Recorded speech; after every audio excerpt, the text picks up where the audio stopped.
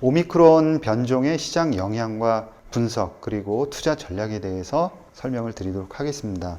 3일 전에 그 모더나 CEO 스테판 방셀이 장중에 이제 기존 백신이 효과가 별로 없을 것 같다 이런 얘기가 나오면서 시장이 한번 크게 출렁거렸습니다. 그런데 파이낸셜 타임즈하고 이제 인터뷰한 내용 보면은 뉘앙스는 조금 달라요. 결국은 데이터가 나와봐야지 알겠다. 지금은 잘 모르겠다. 그런데 감으로 보면 그렇게 썩 좋지는 않은 것 같다. 이런 얘기고요. 애널리스트들도 얘기가 좀 많이 바뀌었습니다. 그러니까 뱅크 오브 아메리카 애널리스트는 기존 백신이 오미크론에도 영향력을 이제 효과가 있을 것이다. 이렇게 얘기를 하면서 오미크론의 영향력은 조금씩 이제 약해질 것이다. 그리고 경구용 치료제가 나오면서 상황은 많이 호전될 것이다. 이런 얘기를 하는가 하면 이제 모건 스탠리 쪽에서는 감염률이 늘어나면서 백신의 효과는 떨어질 것이다. 이렇게 이제 얘기를 했거든요.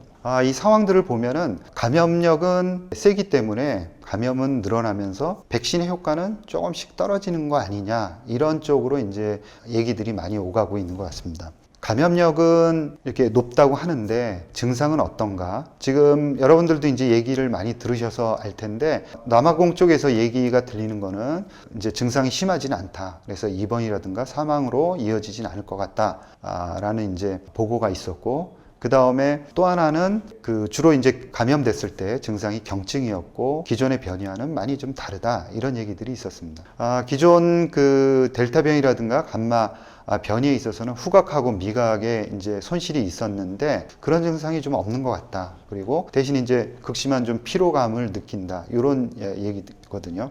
그래서 제가 보기에는 백신에 대한 영향력 이거는 한 1, 2주 후면은 나올 텐데 증상은 초기긴 하지만 아직까지는 이제 그렇게 강하게 나타나지는 않는 것 같아요. 이런 경우에는 백신에 대한 영향력도 굉장히 중요하지만 그보다는 치료제가 있느냐 없느냐가 대단히 중요할 것 같습니다. 그것도 경구용 치료제로 믿을 만한 치료제가 만약에 있다 그러면 감염력은 세지만 증상이 약하고 우리가 그 약을 손에 쥘 수 있다 그러면은 그렇게 두려울 거는 없지 않을까 이런 생각이에요. 화이자의 팍스로비드라는 이제 이 치료제에 대해서 좀 더 우리는 자세히 이제 지식을 가질 필요가 있겠다라는 거예요.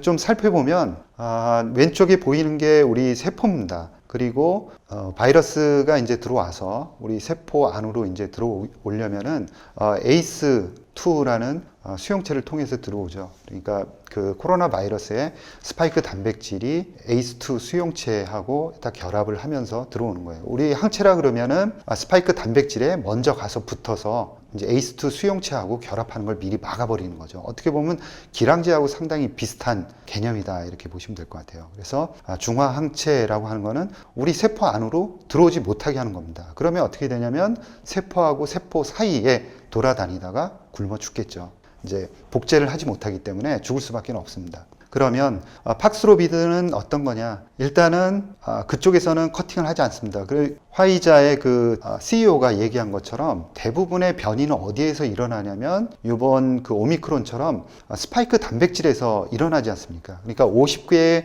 그 변이 중에서 32개가 스파이크 단백질에서 일어났거든요. 그 얘기는 무슨 얘기냐면은 만능 열쇠처럼 자물쇠를 바꿔도 계속 열고 세포 안으로 들어온다는 얘기예요. 그러니까 중화항체로 대응하는 거는 어느 정도 한계가 있지 않을까. 그래서 그거보다는 세포 안으로 일단 들어왔을 때 굶겨 죽이겠다. 이런 이제 전략으로 바뀐 거죠.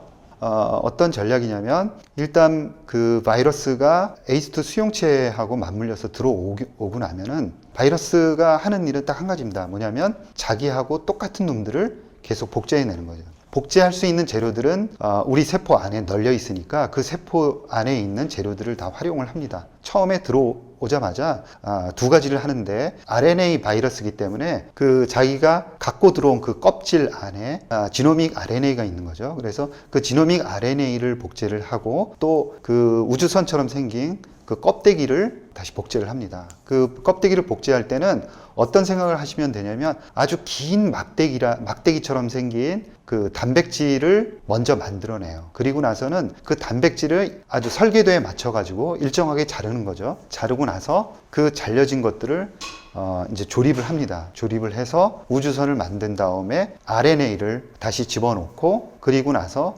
나가는 거죠. 그래서 팍스로비드는 어떤 거를 하냐면은 그 긴 막대기인 단백질을 설계도에 따라서 잘라낼 때 그 자르는 톱이라고 생각을 해도 되고 가위라고 생각해도 괜찮습니다. 톱이면은 톱, 가위면은 그 가위 부분을 씌워버리는 거예요. 그래서 전혀 기능하지 못하도록 그 덮개로다가 씌워버리는 겁니다. 그렇게 되면은 이 긴 막대기를 자를 수가 없고 자르지 못하면은 그 껍데기를 만들지 못하면은 밖으로 나갈 수 없으면서 굶어 죽는 거죠. 그래서 중요한 거는 바이러스의 종류가 어떤 종류가 들어오든 간에 똑같은 일을 한다. 그거는 뭐냐면은 자기 자신을 복제를 해야 되는데 그 복제하는 중간 과정을 방해하면서 못하게 하는 거죠. 그래서 화이자의 그 대표이사는 이 치료제가 바이러스 복제의 필수적인 부분을 표적으로 하기 때문에 치료제에 내성이 생기기 어렵다라는 점을 얘기를 했어요. 그리고 이 팍스로비드는 한 가지 더 먹는데 병용하는 거죠. 리토나비르라는 이제 그 약을 하나 더 먹는데 이거는 팍스로비드가 이제 몸속에서 굉장히 오랫동안 머물 수 있도록 하는 그런 약입니다. 이해를 하셔야 되는 부분은 세포 안으로 들어오더라도 그 안에서 이제 굶겨 죽이기 때문에 어떤 변종이 나오더라도 효과는 있을 수 있겠구나라는 부분이에요. 부분에 있어서 어떤 이제 임상 결과와 전문가들의 의견이 있는지 좀 얘기를 들어보면 임상은 1219명의 환자를 대상으로 해서 중증 질환 한 개 정도는 가지고 있는 분들입니다. 그러니까 비만이라든가 고령 등 경증이나 중증도 코로나에서 진단을 받은 사람들을 특징적인 3일 이내입니다. 이 약을 먹더라도 빨리 이제 먹어야 된다는 그런 특징은 있는 거고요. 이렇게 했더니 입원하거나 사망하는 확률이 위약 대비해서 89% 줄었다라는 굉장히 놀라운 이제 효과가 있었고 부작용도 위약 대비 양호하게 나타났다는 거예요. 지금 이 약이 그 11월 16일에 그 FDA에 긴급 승인 신청을 해서 지금 심사가 진행되고 있는 상황이고요.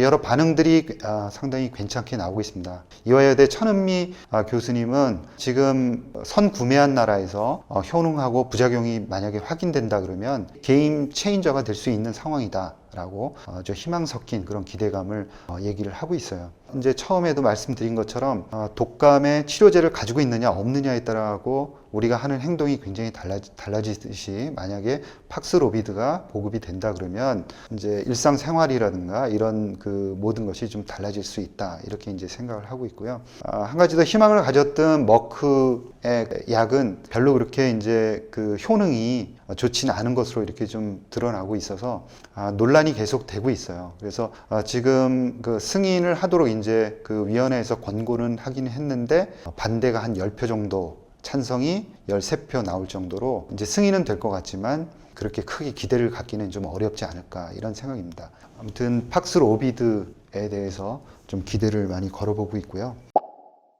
그런 배경 설명을 좀 말씀을 드렸고 그래서 앞으로 이제 바이오 투자 전략에 대해서 좀 정리를 해드리면 향후 1주에서 2주 정도는 오미크론에 대한 기존 백신의 효과 그리고 보고되는 감염증 증상의 심각성 여부에 따라 변동성이 예상이 되고요. 그 다음에 백신의 효능이 좀 떨어지긴 하겠지만 동시에 변종의 증상도 좀 약화될 가능성이 높다. 이렇게 이제 보고 있습니다. 그래서 경구용 치료제 보급이 이루어질 것이기 때문에 두려움에 휩싸이기보다는 연말 연시를 기점으로 코로나의 독감화 국면의 전환 가능성에 좀 염두를 두면서 전략을 짜야 되지 않을까. 이렇게 되면 이제 오미크론 체제 하에서는 국가관리 체제에서 개인관리 체제로 좀 바뀔 가능성이 있지 않을까라는 겁니다. 그래서 바이오 섹터의 그 투자 전략에 대해서 말씀드리면 기존의 그 코로나 바이러스의 그 진단이라든가 또 치료제, 백신주 관련주보다는 지금 신약 개발에 열중하고 있는 그런 경쟁력 있는 회사에 투자하는 것이 맞겠다라는 생각을 가지고 있습니다. 이상 말씀을 드렸습니다. 감사합니다.